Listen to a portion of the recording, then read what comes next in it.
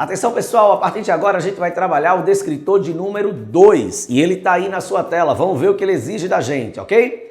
Estabelecer relações entre partes de um texto, identificando repetições ou substituições que contribuem para a continuidade de um texto. Pede aquela parte mais de coesão textual, né? Aquela parte mais detalhada dentro de um texto. Vamos para a questão? Simbora, nós temos aí o texto para a questão de número 1, de olho na sua tela. Dom Casmurro, um fragmento do romance do escritor brasileiro, escritor carioca Machado de Assis, um clássico de nossa literatura, né? Vamos ler. Dom Casmurro. Uma noite dessas, vindo da cidade para o Engenho Novo, encontrei no trem da Central um rapaz aqui do bairro, que eu conhecia de vista e de chapéu. Cumprimentou-me, sentou-se ao pé de mim, falou da lua e dos ministros e acabou recitando-me versos. A viagem era curta e os versos pode ser que não fossem inteiramente maus. Sucedeu, porém, que como eu estava cansado, fechei os olhos 3 ou 4 vezes. Tanto bastou para que ele interrompesse a leitura e metesse os versos no bolso. No dia seguinte, entrou a dizer de mim nomes feios e acabou alcunhando-me Dom Casmurro. Os vizinhos, que não gostam dos meus hábitos reclusos e calados, deram curso à alcunha que, afinal, pegou. Não consultes dicionários. Casmurro não está aqui no sentido que eles lhe dão, mas no que lhe pôs o vulgo de homem calado e metido consigo. Dom veio por ironia, para atribuir-me fumos de fidalgo, tudo por estar cochilando. Também não achei melhor título para minha narração. Se não tiver outro daqui até o final do livro, vai ser este mesmo.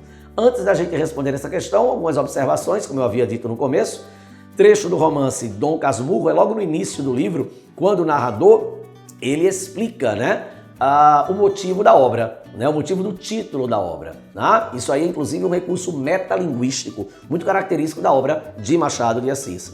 Ele falar com o leitor do texto. Lembrando que estamos falando de uma obra do realismo brasileiro, um movimento artístico ali do século XIX, uma escola literária ali do século XIX, que traz uma visão crítica da sociedade. Vamos para a questão? Vamos lá? O grande gênio Machado de Assis. Olha lá. No trecho, que afinal pegou. O pronome destacado refere-se a qual palavra? Atenção. Olha lá, o que? Vamos voltar lá no texto, dá uma olhada. Os vizinhos, que não gostam dos meus hábitos reclusos e calados, deram curso à alcunha, que afinal pegou. Alcunha é sinônimo de apelido, uma espécie de apelido. Então, quando você olha no texto, olha, aquele que ali, ele é um pronome que retoma um termo anterior. Que termo é esse? Tá ali na cara, gente? Tá na nossa frente. A palavra alcunha. Então a resposta certa, letra A, pronome relativo, aquele que faz uma retomada, o uso desse que aí enquanto pronome relativo. Lembrando que o pronome é aquela classe gramatical variável que acompanha ou substitui os nomes, ok? Pronome relativo, substituindo aí, retomando aí, a palavra alcunha, resposta certa, letra A. Vamos para o próximo? Ainda no descritor de número 2, nós temos aí, leia o texto abaixo, capítulo 119. Olha lá, quero deixar aqui, entre parênteses, meia dúzia de máximas das muitas que escrevi por esse tempo. São bocejos de enfado, podem servir de epígrafe e discursos sem assunto. Suporta-se com paciência a cólica do próximo. Matamos o tempo nos enterra. Um cocheiro filósofo costumava dizer que o gosto da carruagem seria diminuto se todos andassem de carruagem. Crê em ti, mas nem sempre duvides dos outros. Não se compreende que um botucudo fure o beiço para enfeitá-lo com um pedaço de pau. Esta reflexão é de um joalheiro. Não te irrites se te pagarem mal um benefício. Antes cair das nuvens que de um terceiro andar. E aí a gente tem um outro trecho de um outro romance de Machado de Assis. O clássico Memórias Póstumas de Brás Cubas, livro que vem dar um pontapé inicial né, didaticamente falando, claro, a temática do realismo no Brasil, né? É a trilogia, a tríade machadiana, Memórias Póstumas e Brás Cubas, Quincas Borba e o que a gente leu anteriormente, Dom Casmurro. De olho na questão, olha lá, número 2, no trecho, para enfeitá-lo. Mais uma vez a gente tem uso do pronome, ó. O pronome destacado substitui o termo, vamos ver? Ó, não se compreende que um botocudo fure o beiço para enfeitá-lo. Enfeitar o quê? Obviamente, resposta certa, letra A, exatamente, enfeitar o beiço.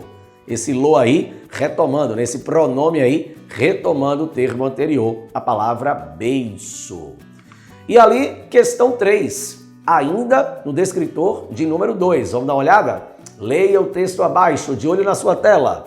Maneira de amar. O jardineiro conversava com as flores e elas se habituaram ao diálogo. Passava manhãs contando coisas a uma cravina ou escutando o que lhe confiava um gerânio.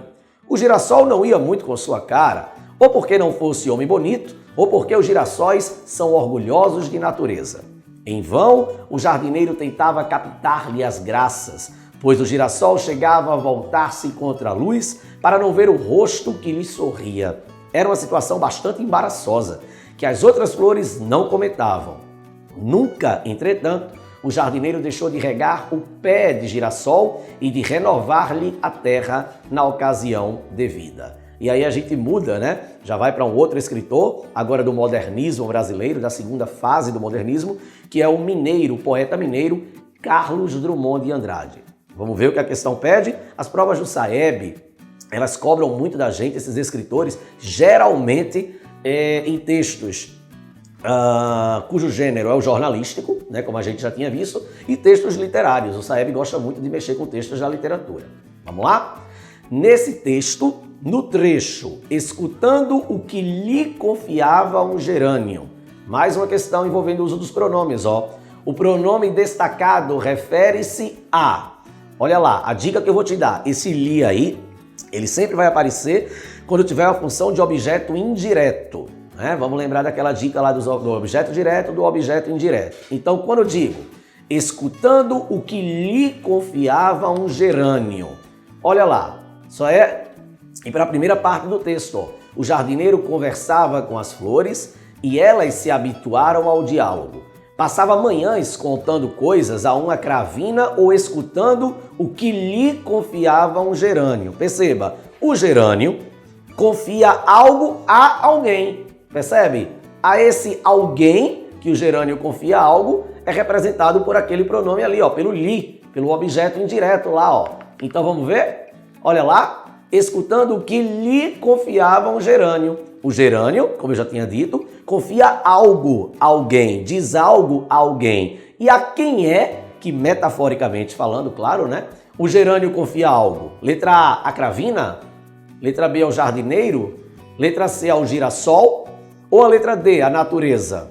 Ou ainda a letra E, a terra. E aí, voltando lá, a gente vê, ó. Lhe confiava um gerânio. Resposta certa, letra B, ao jardineiro. Esse li aí é justamente a relação ao jardineiro.